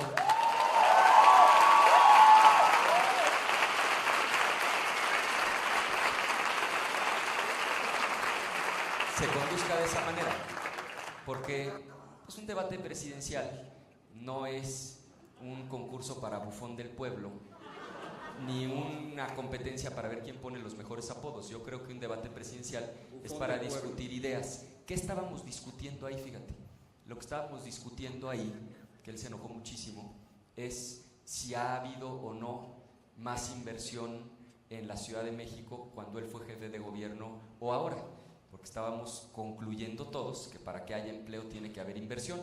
Entonces yo le demostré con datos del INEGI, del anuario, que la inversión cayó, y su respuesta pues, son esas cosas que tú ahorita leíste.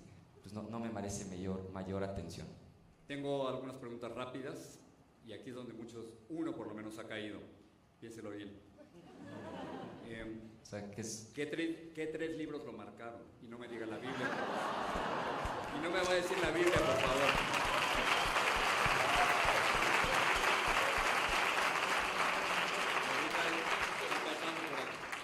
A ver, marcaron es fuerte, pero sí te podría decir varios libros especiales en mi vida. Borges. No, tampoco.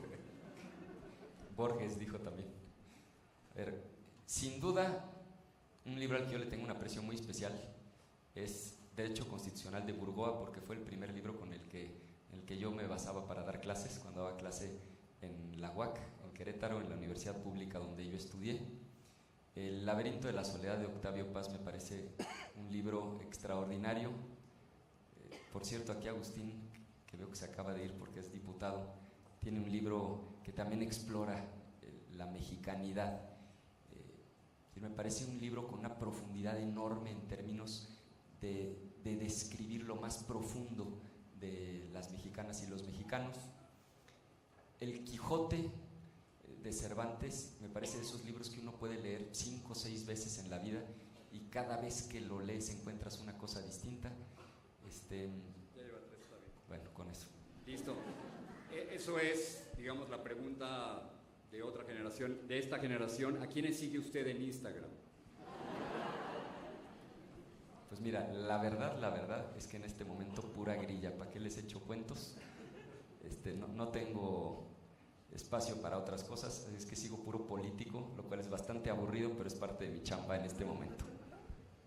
In one tweet you call President Donald Trump a tyrant. Would you call him a tyrant? And I'm sure he's going to be listening to this. Do you think President Trump is a racist? Sí creo que lo es. Y sí creo que lo que él ha hecho no tiene... No, pues ¿cómo? El punto es, si usted le llamó tirano a Donald Trump, y si usted cree que es un racista, si se atrevería a decírselo en su cara. So the point is, if you call Donald Trump a tyrant and a racist, would you tell him to the camera? I do think he speaks as a racist. Y creo que eso es absolutamente inaceptable. Y creo que lo que ha hecho... No, pues entiéndanme que estamos en campaña, ¿para qué les voy a dar un rollo en inglés? Mira, lo que ha hecho Jorge Trump es de veras muy grave. Porque en un afán de ganarse a una parte de su país, ha dividido profundamente al pueblo norteamericano. Para México esto no es un tema menor, porque como tú, hay 35 millones de personas de origen mexicano que viven en Estados Unidos. A propósito, López Obrador decía él hace poco que la mejor política exterior es la interior y que él no se va a meter en lo que pasa en otros países. Yo creo que México no puede asumir una posición así cuando hay 35 millones de personas de origen mexicano viviendo en Estados Unidos. Para ponerlo en proporción, eso es más que toda la población de un país como Canadá. Es decir, hay más mexicanos en Estados Unidos que canadienses en Canadá. Los Ángeles, después de la Ciudad de México, tiene más mexicanos o similar que ciudades como Monterrey y como Guadalajara. Entonces, para nosotros no es una cosa más el que este señor insulte, agreda de esa manera. Y para nosotros no es una cosa más tener un gobierno federal que no se ha comportado con dignidad y que no ha defendido el interés nacional. Yo aspiro a ser presidente de México para construir sí una relación de respeto, pero una relación de respeto mutuo, porque México necesita a Estados Unidos y mucho, pero Estados Unidos también necesita y mucho a nuestro país. Yo quiero ser un presidente que sí defiende el interés nacional. Y con esto terminamos. Solo quiero decirles, el Bronco va a estar aquí en 2 días, ¿verdad? Y quiero decirles a mí y a López Obrador que en la Ibero no comemos candidatos, que hay muchos baños para esconderse y que a pesar de lo que digan, los seguimos esperando aquí a los dos. Un minuto más para decirles por qué creen que deben votar por usted y el rector tiene unas palabras. Gracias.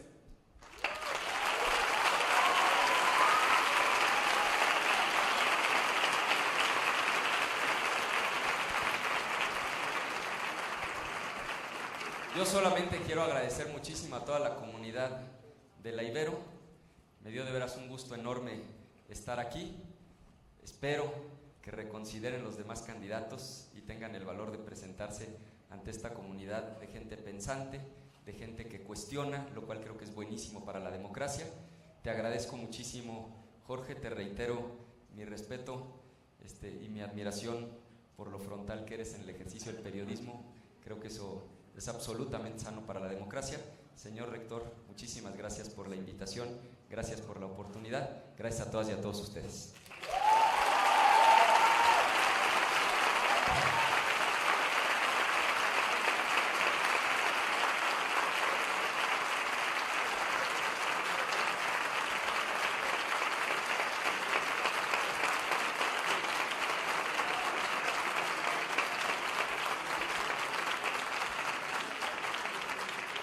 Señor candidato, quiero en nombre de nuestra comunidad universitaria agradecer su presencia en nuestra universidad.